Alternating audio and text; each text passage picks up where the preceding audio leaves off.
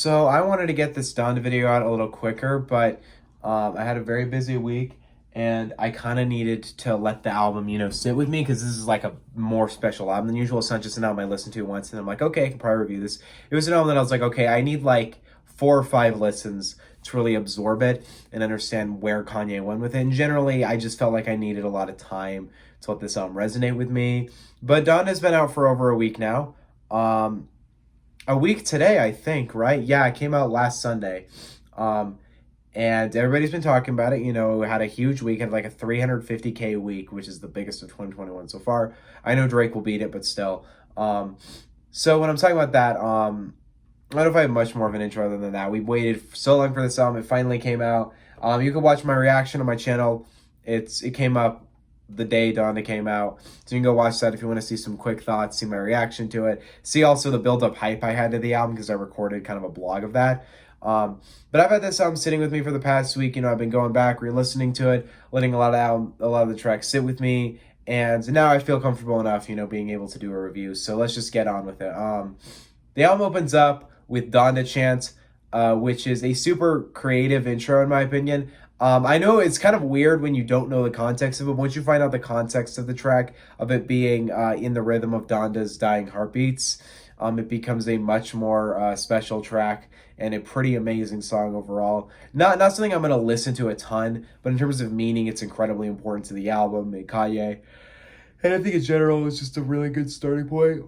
Next, we got Jail, which is one of my favorite intro songs of the year. It might be my favorite intro song of the year, and one of my favorites of Kanye's discography. I love this intro so much. The booming guitar with Ye's beautiful vocals create this just larger-than-life, grand, celebratory sound. It's a perfect starting point for the album. Jay-Z delivers an amazing verse, too, kind of bringing back this obviously amazing duo, Kanye West and Jay-Z, bringing the throne back. One of the things I didn't notice about this song, though, is I think this song gives a new sound of what the throne could sound like now. Like if they do Watch the Throne 2, what I feel like it should sound like. I don't want Watch the Throne 2 to sound like a rehash of the first one, because part of the point of the first one was celebrating where Jay-Z and Kanye had come in their careers and coming together to make one album. If there is ever a Watch the Throne 2, I want them to do that again, but I want them to sonically also look at where they've come since the last records they've done. And I feel like the sound Jail kind of betrays having this more kind of like less intense banger sound and more of this celebratory larger than life sound. I think would be very much the road to go down for Watch the Throne 2. And it's supposedly coming out. I don't think it will come out, but if it does, I really would love that to be the sound of it. Overall, I love this intro. It is an incredible song and one of my most played songs of the year already. I love this. It's one of my favorites on the album. It is an incredible song. Next, we got God Breathe, which is another really amazing song. It's super chilling and kind of urgent. That's the word I use to describe it. The singing makes you feel very lost, but at the same time, it's a very beautiful song. You have Vori, who has amazing vocals. Overall, it's a song that just has a very, very spacious, kind of larger-than-life sound. And overall, I think it's an amazing song. With not being the most uplifting song, though, it has a very dark sound to it, but I really enjoy it, and I think it's an amazing song. Next, we got Off the Grid, which is a great drill banger. This is a track I was very excited to hear. I love To Go to the Moon with Playboi Carti and Kanye, so I wanted to hear Playboi Carti and Kanye come back together. But that doesn't actually end up being my favorite part of it. Kanye delivers a very catchy and enjoyable hook. Playboi Carti absolutely murders his verse. It is great. But the highlight of this track is Fivio Foreign. This man fully murdered it. He went on for a very long time, but he murdered it, murdered every bar. He truly proved on this track that this is a talented man whom I think most people have kind of written off. But I think we need to give him more credit because this man can do his shit well. This is an incredible verse. Overall, a very fun banger track, and I feel like it fit every artist on it very well. Definitely a highlight for me. I really enjoy this song. It's not the best song on the album, though. I don't get people saying that because I think there's much better, more special songs on it, like Hurricane, which is one of my favorites on this album. One of the things that makes Hurricane, I think, one of the most special moments on this album is the fact that The Weeknd sings it, because we've been waiting for Hurricane since 2018. This has been a long-awaited song, and now that we're finally hearing it in this form, it's not disappointing at all. The Weeknd performing the hook was the perfect choice. He does it beautifully and delivers one of my favorite guest verses from, or like guest performances from him ever. He has the perfect voice for it. The way at the end of the hook, he says, "Don't let me drown" with the choir is fucking beautiful. Overall, the song, just his hook ends up being a beautiful, amazing hook. Lil Baby comes with a really solid verse, and so does Kanye. And overall, we're just delivered a beautiful track that we've been waiting for a very long time. And the result was honestly incredible and couldn't have been better. I am very happy with the result of Hurricane, and I think this is easily one of the best songs on the album. Next, we got Praise God, which I've seen called as one of the best on the album.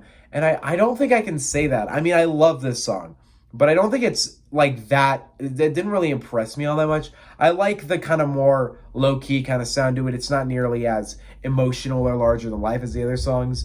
I think Travis was a great feature for this. I think he fit very well. The hook is very catchy. Baby Keem really does well on his verse. He doesn't like family ties it, but he does very well on it. Overall, though, I just don't think there's anything this track that makes it on par with Hurricane or Jail or God Breathed.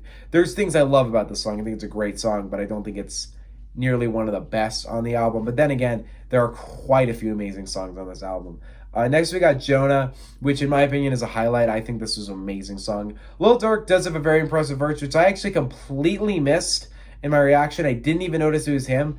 I'm sorry. I think I was too amused by Vori's vocals, which sound amazing. His vocals from the beginning to the end of the song just fit perfectly. The beat sounds amazing.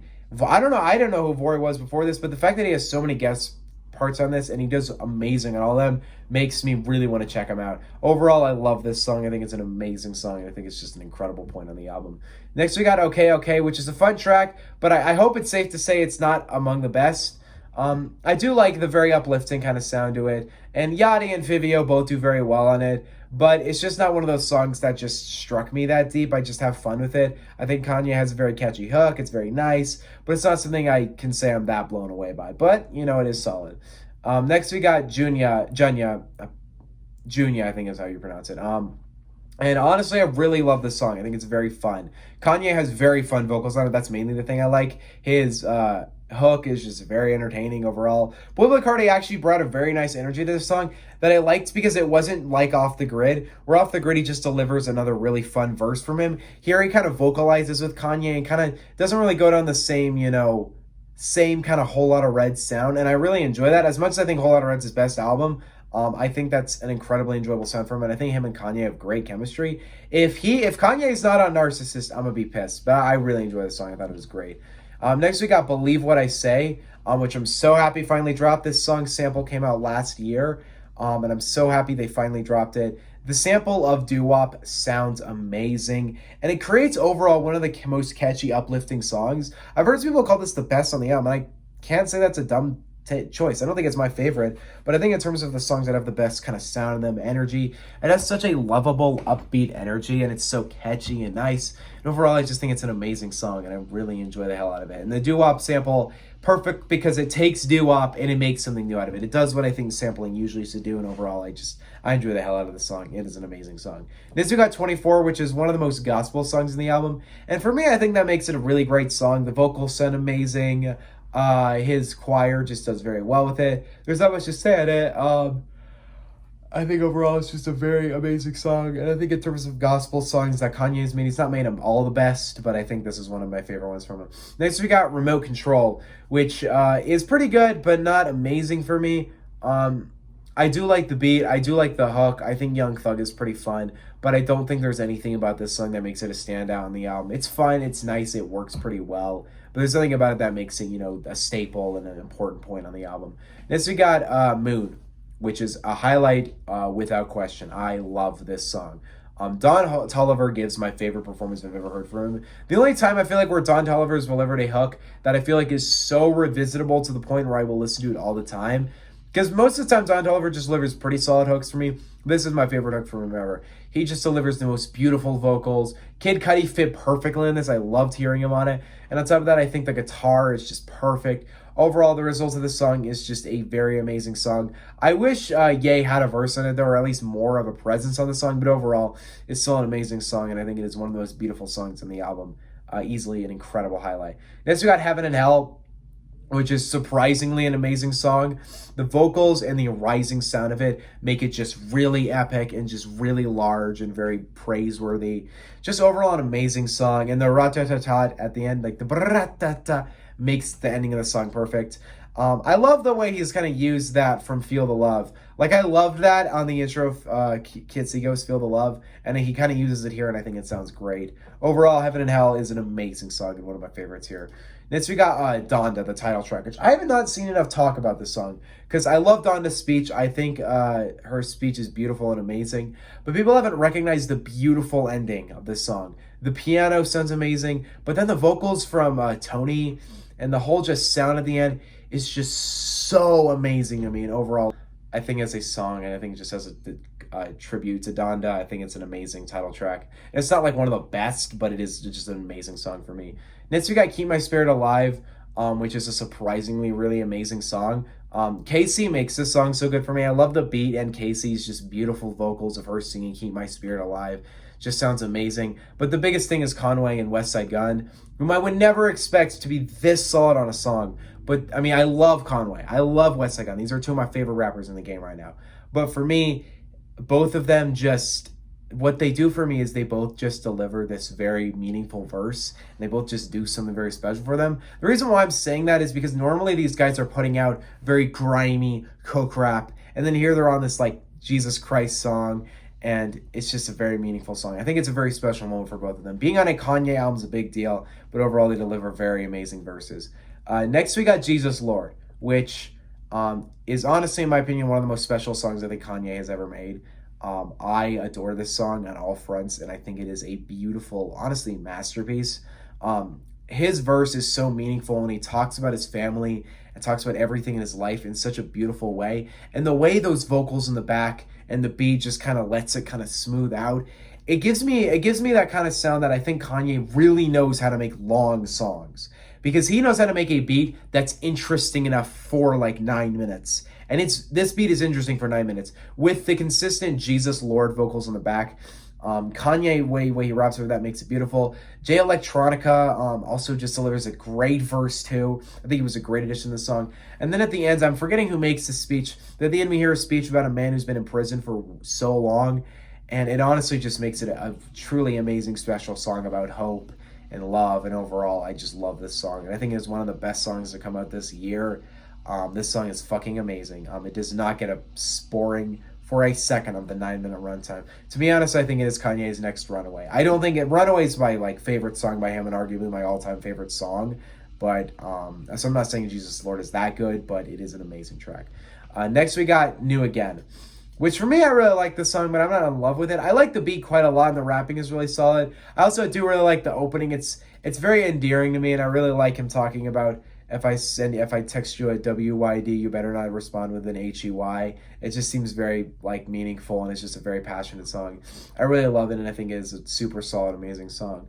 Next, we got Tell the Vision, the Pop Smoke tribute. I don't know why the fuck this is on the album. It actually is so weird to me. I don't find this disrespectful, though. I've seen a lot of people call this a disrespectful move by Kanye. Oh, you're tarnishing the legacy of Pop Smoke. I don't see it like that. For me, it just feels like a failed tribute, because really what I feel like is I don't think this should have been on the album at all, because we've already heard the complete Tell the Vision song. I would have actually loved this song if him to just release a Pop Smoke version of Tell the Vision. But I think the way I see it is the Faith version is much better, despite the fact that I didn't even like the Faith version that much, just because I think Pusha T's verse is trash. But the piano and the way it's all just mixed just doesn't sound good. And as much as I do really want to enjoy the song, I just truly don't care about it. But it's not terrible. It's just kind of bleh to me. I don't know why it's on here, to be honest, and I'm never going to listen to this song in any other context. Next, we got Lord, I Need You, which is an amazing gospel song. This song is a lot more about his relationships, and I think is pretty much about his relationship with Kim. And I really like it. It's not a song, though, sonically or anything else that's going to really hit me that deep. I just really enjoy it, and I think it is a very solid song. And as we kind of come to the wrap-up of the main part of this album, I think it's a great ending to it. Or not great, it's a great part of it. Next, we got Pure Souls, which is an amazing song. Roddy Ricch proves his talent again here. This man This man is talented as fuck. This man is such a good artist, and I feel like he just delivers an amazing, great beat here. On top of that, we're given great Shensia vocals, who also comes later on a part two. Also, just a great track. I've heard some people call it the best. I don't agree, but I do think it's a really special, amazing song, and I do think it's definitely a highlight for the album, and overall, I have no issue with it. Next, we got Come to Life, which, guys, holy fuck. That's all I'm gonna say. This song is one of the most beautiful songs and one of my favorite songs in Kanye's whole catalog. Keep in mind, this is my all-time favorite rapper. This song is beautiful. On all fronts, perfect. The vocals sound incredible. They are perfect. The way the piano comes in, the way the whole song transitions, it is one of the songs that I will listen to just sit in there and let it wrap me up. It is a beautiful piece of Kanye's discography, and I think it is one of the most special songs he has ever made. This man is a singer. This man has some of my favorite vocals in hip hop. He sounds beautiful on everything. That's a hammer. Overall, I want to thank Kanye. I just want to thank Kanye because this song is amazing, and it is one of the best songs Kanye has and probably will ever make. Come to Life is amazing. It could very well be my best song of the year. I have trouble giving it. I have trouble letting Leave the Door Open fall off that, but I feel like by the end of the year, I might call this my favorite song of the year. I love this song. Next, we got No Child Left Behind, which I think is the absolute perfect outro. This is one of my favorite songs in the album. Very simply, weirdly enough, because there are 3 bars on the whole song. There is the bar No Child Left Behind, then back when I used to have my back against the wall, never count on y'all, always count on God, and He's done miracles on me. And it is perfect. The chords in the back sound beautiful. The way Kanye sings that He's done miracles on me, oh my God, it is my favorite vocalization on the album. It just sounds perfect. It is amazing. And there's so many moments on this album where the vocalization is perfect.